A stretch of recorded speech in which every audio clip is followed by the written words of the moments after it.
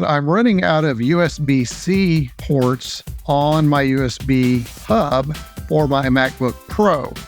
I have plenty of extra USB-A plugs though. So what I need to do is get this converted from this to this.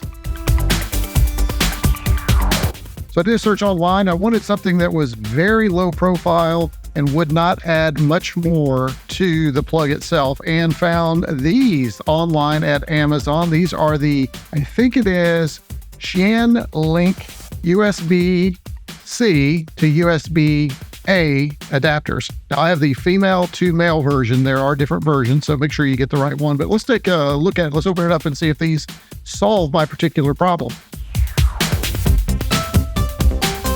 This one came with 4. You can see they're very tiny. This is what I really liked about them. They looked really, really small. Should be able just to plug that in right there, and we are good to go. Now, I am not going to be using this cable, but let me move over somewhere else and show you what my use case is so that you can see if these might work for you too.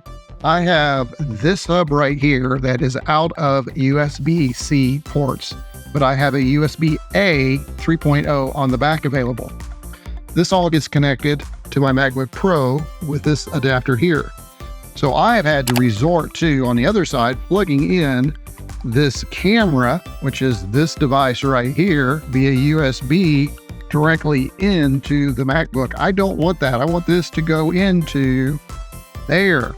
So that's where hopefully this will come into play. Let's give that a try.